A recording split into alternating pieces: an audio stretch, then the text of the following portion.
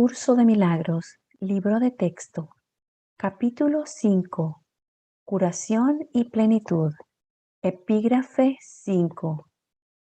El uso que el ego hace de la culpabilidad. Párrafo 1. Tal vez algunos de nuestros conceptos se vuelvan más claros y significativos para ti si aclaramos el uso que el ego hace de la culpabilidad. El ego tiene un propósito, al igual que el Espíritu Santo. El propósito del ego es infundir miedo, porque solo los que tienen miedo pueden ser egoístas. La lógica del ego es tan impecable como la del Espíritu Santo, ya que tu mente tiene a su disposición los medios para ponerse de parte del cielo o de la tierra, según elija. Pero una vez más, recuerda que ambos se encuentran en ti. Párrafo 2.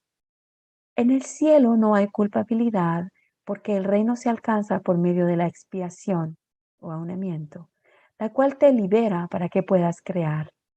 La palabra crear es apropiada en este contexto porque una vez que el Espíritu Santo deshace lo que tú has hecho, se restaura el residuo bendito y por consiguiente, éste continúa creando. Lo que es verdaderamente bendito es incapaz de producir culpa y solo puede producir dicha.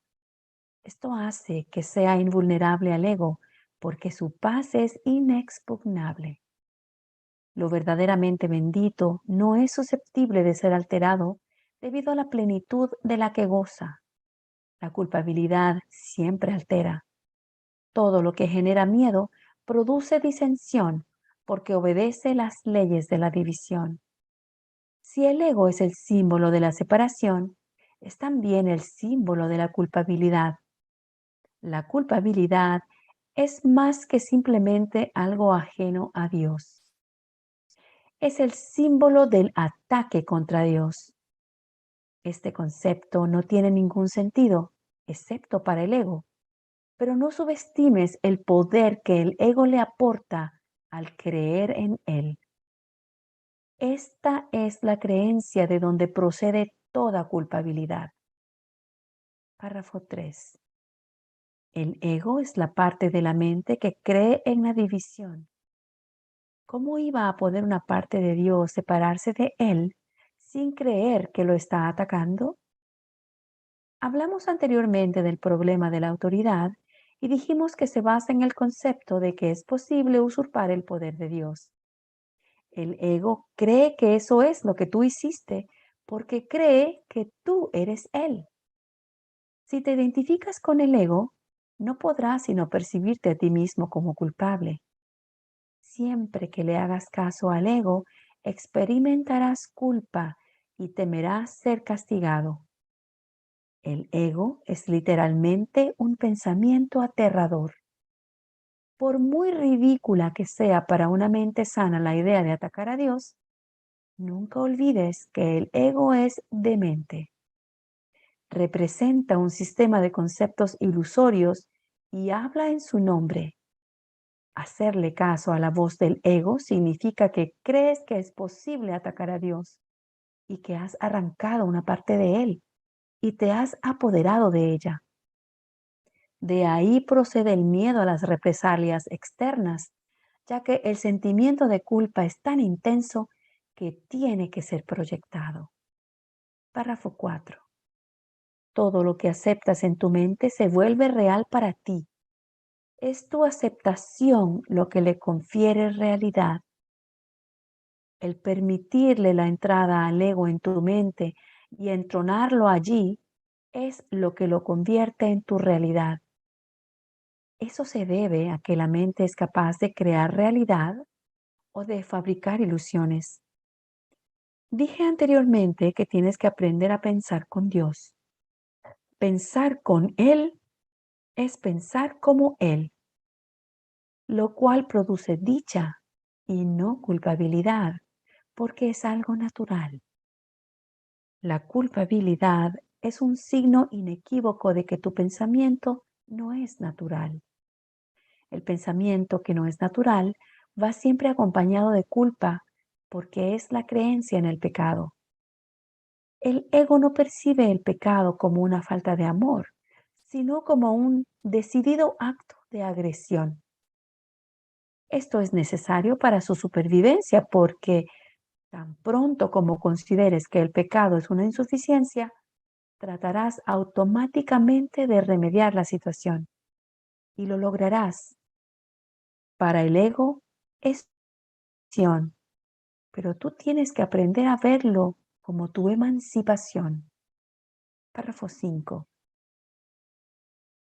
La mente que está libre de culpa no puede sufrir. Al estar sana, sana a su vez al cuerpo, porque ella misma ha sanado. Las enfermedades son inconcebibles para la mente sana, ya que no puede concebir atacar a nada ni a nadie.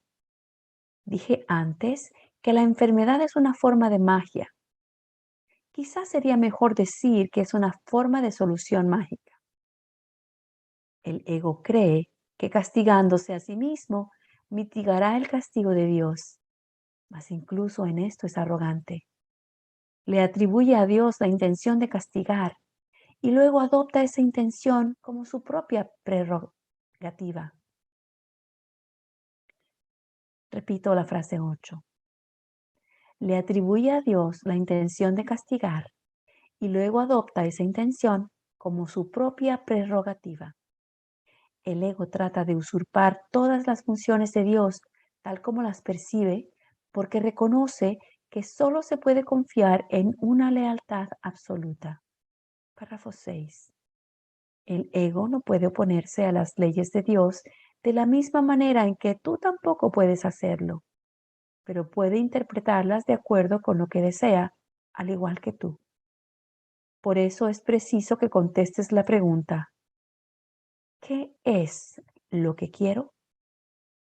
La contestas cada minuto y cada segundo. Y cada decisión que tomas es un juicio que no puede por menos que tener consecuencias. Y éstas continuarán repitiéndose automáticamente hasta que tomes otra decisión. Recuerda, no obstante, que las alternativas en sí son inalterables. El Espíritu Santo, al igual que el ego, es una elección que uno hace.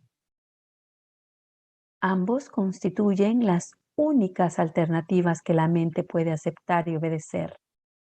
El Espíritu Santo y el ego son las únicas opciones que tienes. Dios creó una de ellas, por lo tanto, no puedes deshacerla. La otra la inventaste tú, por lo tanto, puedes. Solo lo que Dios crea es irreversible e inmutable. Lo que tú has fabricado siempre se puede cambiar porque cuando no piensas como Dios, en realidad no estás pensando en absoluto. Las ideas ilusorias no son pensamientos reales, si bien puedes creer en ellas, pero eso es un error. La función del pensamiento procede de Dios y reside en Dios. Puesto que formas parte de su pensamiento, no puedes pensar separado de él. Párrafo 7. El pensamiento irracional es pensamiento desordenado. Dios mismo pone orden en tu pensamiento porque tu pensamiento fue creado por Él. Los sentimientos de culpabilidad son siempre señal de que desconoces esto. Muestran asimismo que crees que puedes pensar separado de Dios y que deseas hacerlo. Todo pensamiento desordenado va acompañado de culpa desde su concepción y mantiene su continuidad gracias a ella. La culpa es ineludible para aquellos que creen que son ellos los que ordenan sus propios pensamientos y que por lo tanto tienen que obedecer sus dictados. Eso les hace sentirse responsables de sus errores sin darse cuenta de que al aceptar esta responsabilidad están reaccionando de manera irresponsable. Si la única responsabilidad del orador de milagros es aceptar la expiación o aunamiento para sí mismo y te aseguro que así es, la responsabilidad por lo que debe ser expiado no puede entonces recaer sobre ti. Este dilema no puede ser resuelto excepto aceptando la solución del deshacimiento. Tú serías responsable de los efectos de tu manera equivocada de pensar si ésta no pudiera deshacerse.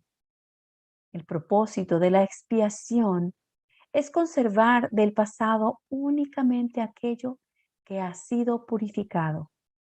Si aceptas el remedio para el pensamiento desordenado, remedio cuya eficacia es indudable, ¿cómo iban a seguir estando presentes sus síntomas? Párrafo 8. La continua decisión de permanecer separado es la única razón posible de que siga habiendo sentimientos de culpabilidad. Hemos dicho esto antes, pero no subrayamos los resultados destructivos de tal decisión. Cualquier decisión de la mente afecta tanto al comportamiento como a la experiencia. Lo que tú deseas, esperas que tenga lugar. Esto no es algo ilusorio. Tu mente forja tu futuro y se lo devolverá a la creación plena en cualquier momento si primero acepta la expiación. Retornará a sí mismo a la creación plena en el instante en que haya hecho eso. Al haber renunciado a su pensamiento desordenado, la correcta ordenación del pensamiento se hace evidente. Fin del epígrafe 5. El uso que el ego hace de la culpabilidad, del capítulo 5. Curación y plenitud. Feliz sanación mental.